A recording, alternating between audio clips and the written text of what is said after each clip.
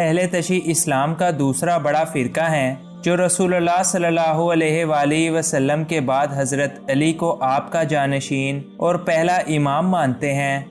شیعہ حضرات نظریہ خلافت کو تسلیم نہیں کرتے، بلکہ یہ لوگ نظریہ امامت پر یقین رکھتے ہیں۔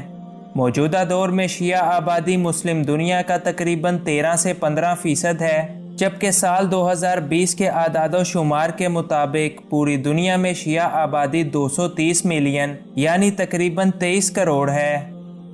اسلامی تاریخ میں شیعہ کا لفظ کسی شخص کے پیروکار ہونے کے طور پر استعمال ہوتا ہے، جیسے کہ جب حضرت علی اور حضرت امیر معاویہ کے درمیان اختلافات پیدا ہو گئے تو حضرت علی کے حامیوں کو شیعان علی ابن طالب اور حضرت امیر معاویہ کے حامیوں کو شیعان معاویہ بن ابو سفیان کہا جاتا تھا۔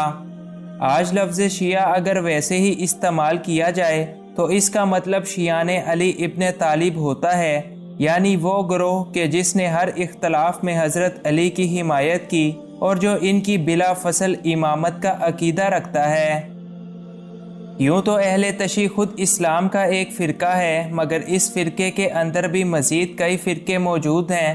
آج کی اس ویڈیو میں ہم اہل تشیع کے چند بڑے بڑے فرقوں کا ذکر کریں گے۔ نمبر 1، اثنائے عشریہ یا امامیہ۔ اہل تشیع کا سب سے بڑا فرقہ اثنائے عشریہ ہے، جن کی کل تعداد اہل تشیع کا 85% ہے۔ جیسا کہ اس فرقے کے نام سے ہی ظاہر ہے کہ یہ فرقہ اہل بیت کے 12 اماموں پر یقین رکھتا ہے۔ ان کی بڑی تعداد عراق، ایران، آذربائیجان، پاکستان، ہندوستان اور بحرین میں موجود ہے۔ یہ لوگ خلافت پر یقین نہیں رکھتے اور ان کا نظریہ امامت ہے۔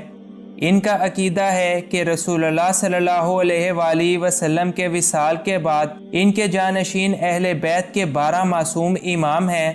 ان 12 اماموں کو ویسے تو اہل سنت بھی انتہائی احترام اور عقیدت کی نگاہ سے دیکھتے ہیں، مگر یہ ان کی معصومیت کے قائل نہیں ہیں۔ نمبر 2، اسماعیلیہ یا آغا خانی۔ اہل تشیع حضرات کا دوسرا بڑا گروہ اسماعیلیہ کہلاتا ہے، جن کو عرف عام میں آغا خانی بھی کہا جاتا ہے۔ شیعہ حضرات کا یہ گروہ اہل بیت کے چھٹے امام یعنی حضرت امام جعفر صادق کی امامت تک پہلے والے گروہ یعنی اثنائے عشریہ شیعوں سے ہی متفق ہیں۔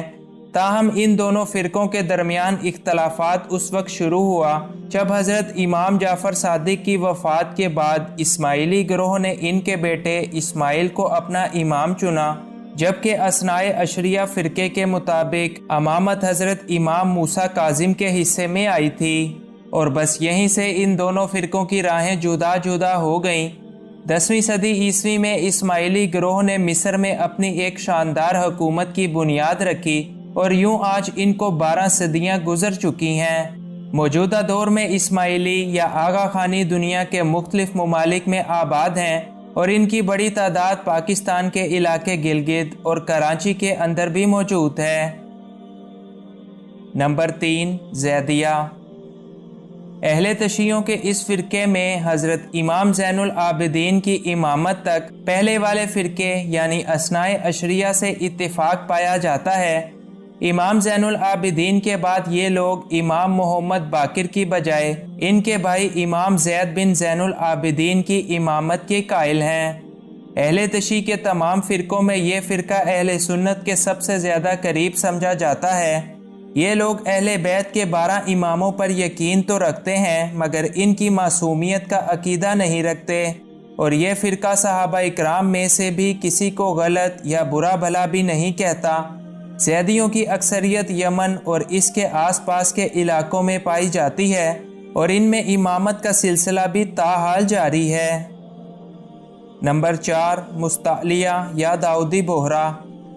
مستعلیہ یا داؤدی بوہرا اہل تشیع کے اسماعیلی فرقے کی ہی ایک شاخ ہے، جو 5ویں صدی ہجری کے دوران 8ویں فاطمی خلیفہ معاذ مستنصر باللہ کے اختلاف کی وجہ سے وجود میں آیا تھا۔